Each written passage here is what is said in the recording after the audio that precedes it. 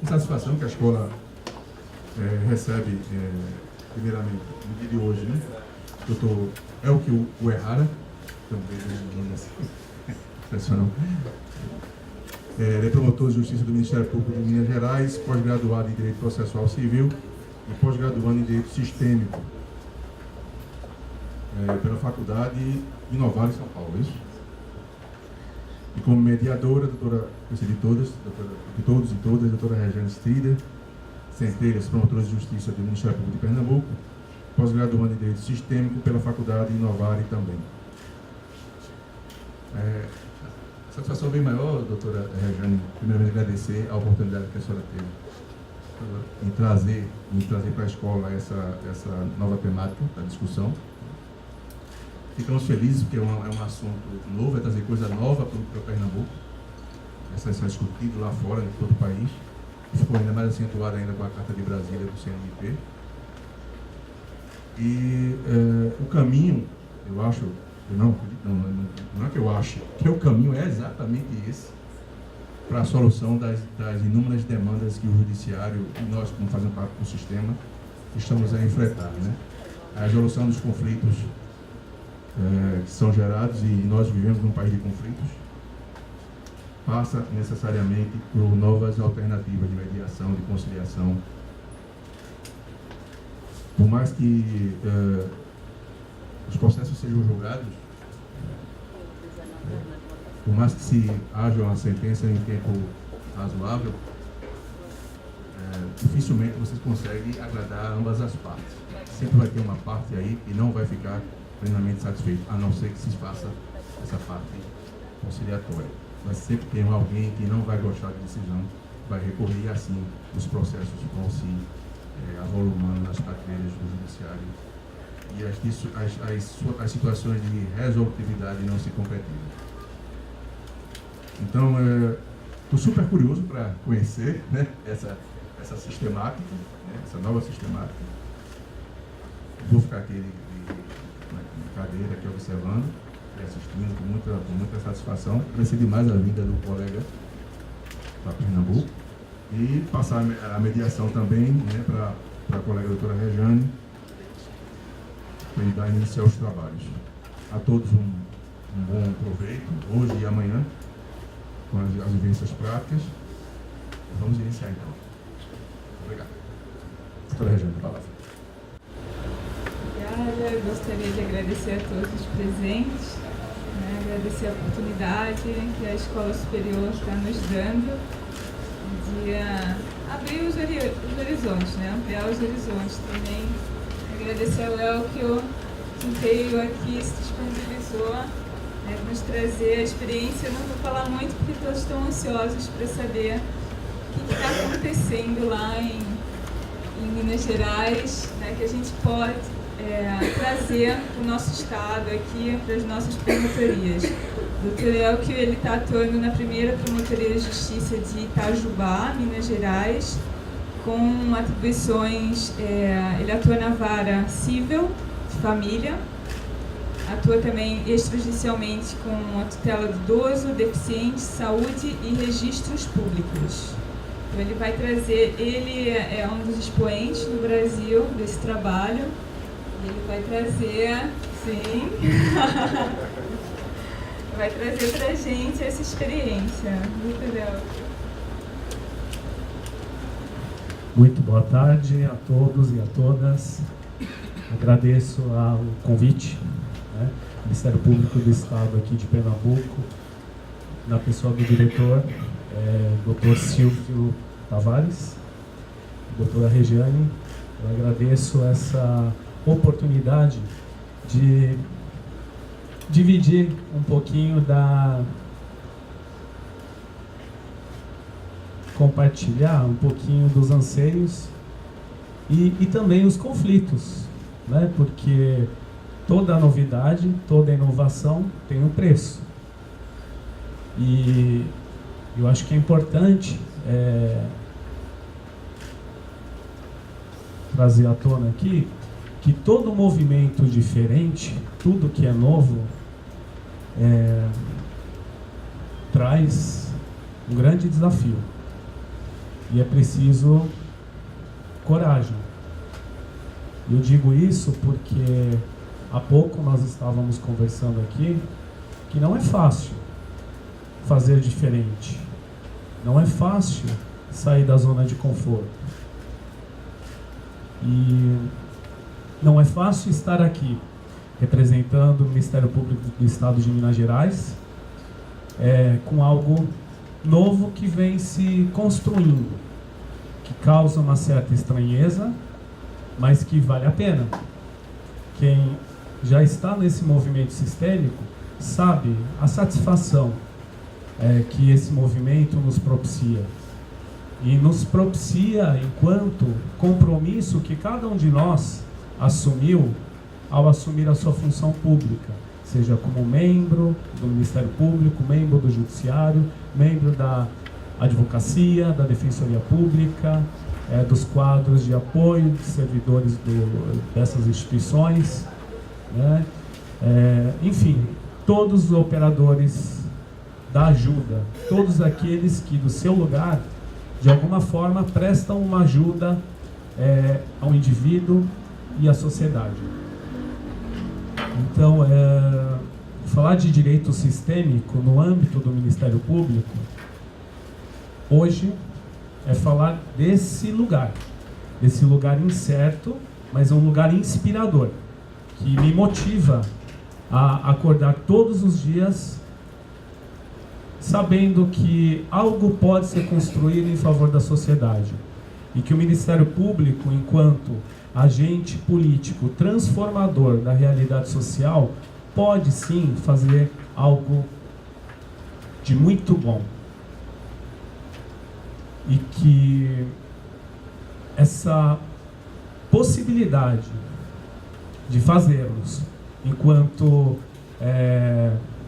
agentes transformadores, capazes de resolver conflitos, dirimir conflitos, independentemente da deflagração de um processo judicial, isso inspira, porque nos empodera do nosso perfil resolutivo, que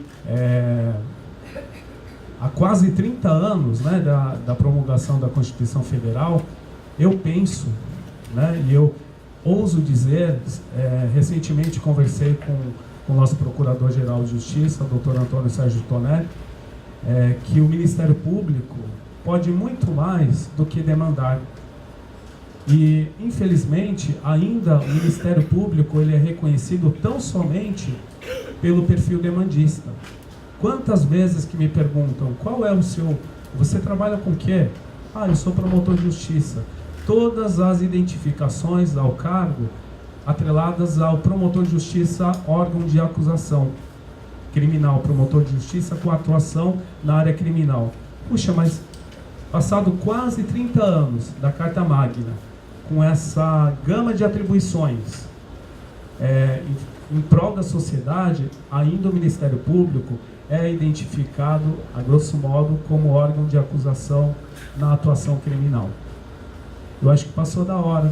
E um desabafo, né, que eu fiz recentemente com o nosso Procurador-Geral de Justiça, eu falei o seguinte: eu como promotor de justiça atuante, não na área criminal, mas numa área civil, numa área de família, numa curadoria, eu não sei como que se denomina aqui, lá a gente fala em curadoria do idoso, curadoria da saúde, ou promotoria de defesa da saúde, do idoso, deficientes, né? É como se a gente não tivesse ainda encontrado o nosso lugar. Porque do nosso lugar, sistemicamente falando, quando nós encontramos o nosso lugar, nós temos força. E eu acho que, pelo menos na minha experiência, no que eu tenho de vivência do Ministério Público, são 16 anos, e eu acho que a gente pode muito mais para a sociedade, que é o nosso público-alvo. Então, o direito sistêmico traz agora uma perspectiva de fazer algo maior, algo mais efetivo e algo mais profundo para a sociedade. E não no lugar de fazedor, né? Naquele perfil paternalista do grande pai. Não é desse lugar. É um lugar de órgão que pode estimular o empoderamento social. O empoderamento social, ele começa na base, que é na família. E é aí que eu faço o link com as constelações familiares, porque a base das constelações familiares são as relações humanas, são as relações familiares. Tudo começa com um pai e com uma mãe. E a gente, muitas vezes, tem a tendência de ir direto ao foco, esquece da origem do problema. E é por isso que quando a gente apresenta a constelação familiar com uma possibilidade de olhar o que está além do conflito aparente, é que surge essa possibilidade de realmente tornar efetiva uma resolução de conflitos e não simplesmente de forma superficial.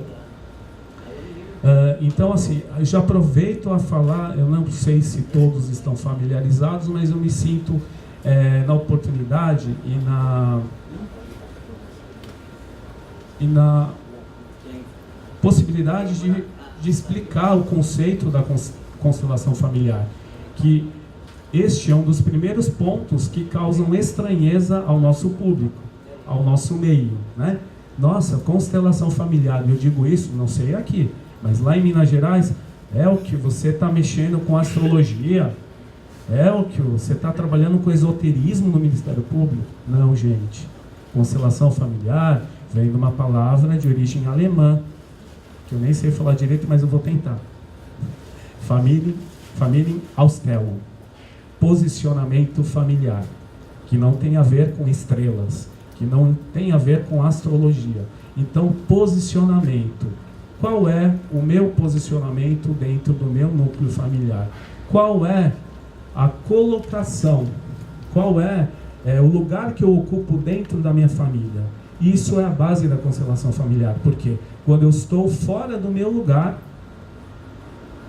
eu não tenho força e o sistema entra em um colapso, entra em um conflito, e aí começam, né, os conflitos familiares. Então, quando a gente encontra, né, qual é o exato local de cada um dos membros daquela família, para nós, operadores do direito, fica claro identificar, sem necessariamente ter que constelar, né, identificar ali naquele caso que chega no gabinete, chega na promotoria, chega nas varas, chega no consultório, né, chega onde quer que seja. Quando o caso chega, né, fica fácil nós identificarmos a origem do problema. Então, mais uma outra questão que eu gostaria de aproveitar para desmistificar também. Nossa, todos nós teremos que ter um constelador, a gente tem que aprender a constelar? Não. Quando a gente entra, se depara com esse pensamento sistêmico, com conhecimento sistêmico, muitas vezes não é necessário constelar, porque nós somos capazes de identificar ali no diálogo, na conversa, qual é a origem do problema. Então, assim, é muito simples lidar com direito sistêmico, né? Não há necessidade de constelar todos os casos. Então, quando nós nos deparamos com conhecimento sistêmico, nós podemos e nos tornamos capazes de identificar qual é ali a origem daquele emaranhamento, daquele conflito, e aí fica mais fácil encontrar recursos e soluções. É claro que para casos mais complexos, há sim a necessidade de um encaminhamento à constelação familiar. E aí eu já entro também numa outra vertente. Como que a gente pode trabalhar com a constelação familiar? Então, a constelação familiar também é importante deixar claro que é uma das ferramentas da abordagem sistêmica, né? Então, a abordagem sistêmica é o gênero do qual a constelação familiar é apenas uma das espécies de ferramentas. Então, dentro da abordagem sistêmica, nós temos constelações organizacionais, que servem para empresas, servem para instituições, grandes organizações, né? Então, não é só a abordagem sistêmica, não está atrelada tão somente à constelação familiar. Então, constelação familiar, constelações organizacionais e temos também as constelações estruturais. Todas elas fruto de anos de estudo, de experiências, né? E todas revelando a eficácia da abordagem sistêmica como uma ferramenta útil, né? Aqui para o direito, útil à pedagogia, útil à saúde, útil às organizações, né? Útil à psicologia. Então, o conhecimento sistêmico ele não está vinculado a uma ciência apenas. É um conhecimento disponível e essa aqui é a maior preciosidade do conhecimento sistêmico. O conhecimento sistêmico ele está aí, disponível a quem quiser, né? Qualquer que seja a nossa área de atuação. Por isso que no direito recebeu o nome de direito sistêmico, né? Ou seja, a abordagem sistêmica aplicada ao direito. Na pedagogia, a abordagem sistêmica aplicada à pedagogia sistêmica. Né? Mas discute-se até a adequação do termo direito sistêmico. Por quê? Na realidade, é a abordagem sistêmica, o conhecimento sistêmico aplicável ao direito. Eu acho que seria, talvez, a forma mais apropriada, né? Porque o direito sistêmico não é uma nova disciplina do direito. Não é. Porque é um conhecimento sistêmico que pode ser aplicado ao direito como um todo, qualquer que seja a sua área. E falando em direito sistêmico, né, sobre esse enfoque, abordagem para todas as áreas do direito, é importante nós lembrarmos que no âmbito do Ministério Público, por mais que nós tenhamos, né, especificações, direito de família, promotoria da infância, promotoria da saúde, promotoria do patrimônio público. Na realidade, o que eu penso e sinto a necessidade aqui de relembrar é que nós somos unos, né? Então, quando muitas vezes essa segmentação cria uma ideia errônea de que são direitos, são ramos segmentados, quando que, por exemplo, numa atuação criminal, o que acontece hoje, né, com essa alta demanda criminal é fruto do quê? Fruto da desestruturação da sociedade e da família, né? Começa tudo na família. E eu digo isso até como um desabafo de promotor da família, promotor civil da família, porque muitas vezes a política institucional ela esquece dessa base, né? Promotor de família só dá parecer. Será? Será que é só um parecer? Eu acho que nesse perfil de atuação resolutiva, será que a atuação do Ministério Público limita-se a um mero opinador? Eu acho que judicialmente, ok, pode até ser fiscal da lei, né, fiscal do cumprimento do ordenamento jurídico, ok, mas e o trabalho preventivo que o Ministério Público pode fazer no âmbito da atuação resolutiva? E trabalhando com família, trabalhando com pessoas, quando eu trago na minha promotoria a abordagem sistêmica, muitas vezes eu fui questionado: nossa, você está terapeutizando a sua promotoria? A justiça vai ser terapeutizada? Aí eu com todo respeito, eu digo: olha, eu não tenho intenção de ser terapeuta. Constelação familiar, inclusive Bert Hellinger não gosta nem que denomine de técnica, né? Ele fala, não é uma técnica, é um modo de vida, é uma filosofia de vida. Agora, a pretexto de falar de pessoas, falar do que motiva as pessoas, das emoções das pessoas, eu não considero como terapeutizar. Até porque a base, o direito, até onde eu sei, vem das ciências sociais. Ciências sociais trabalham com relações humanas, relacionamentos humanos. Como eu posso ser um operador do direito desconsiderando o que está por trás das relações humanas? dos relacionamentos humanos. Não vejo como dissociar a análise técnica jurídica de uma análise integrada do ser humano. E aproveito para destacar também, eu não sei aqui no Ministério Público do Estado de Pernambuco se já houve a edição de uma resolução.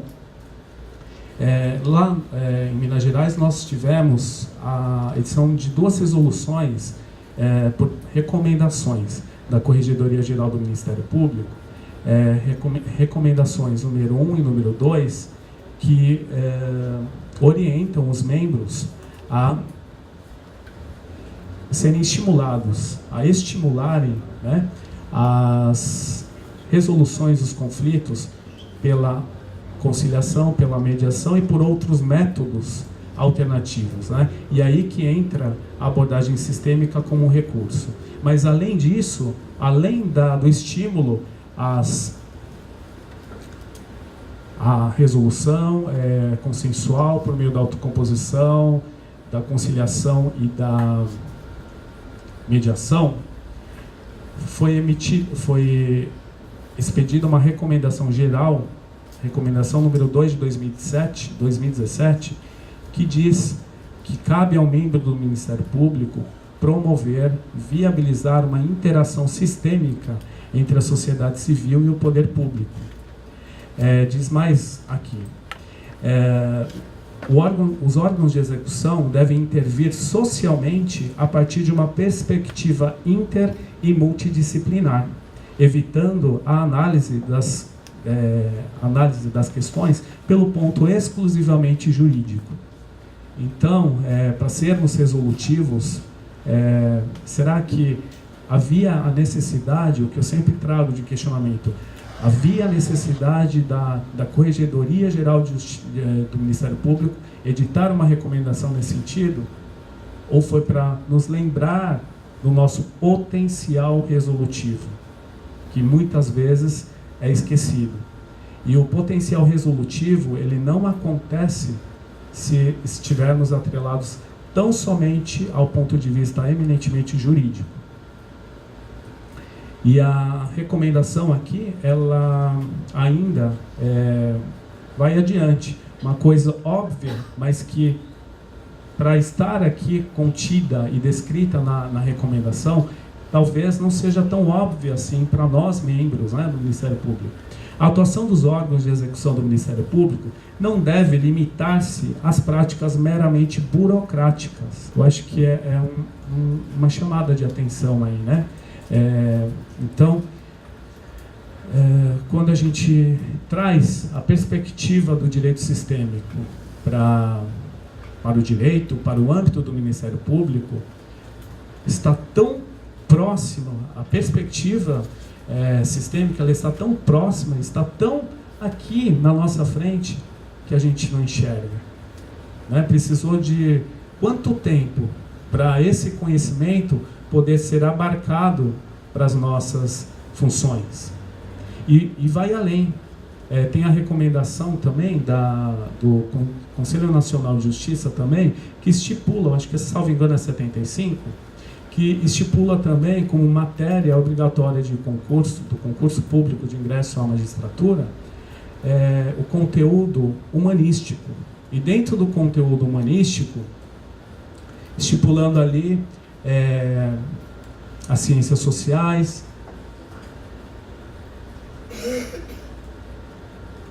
a psicologia jurídica.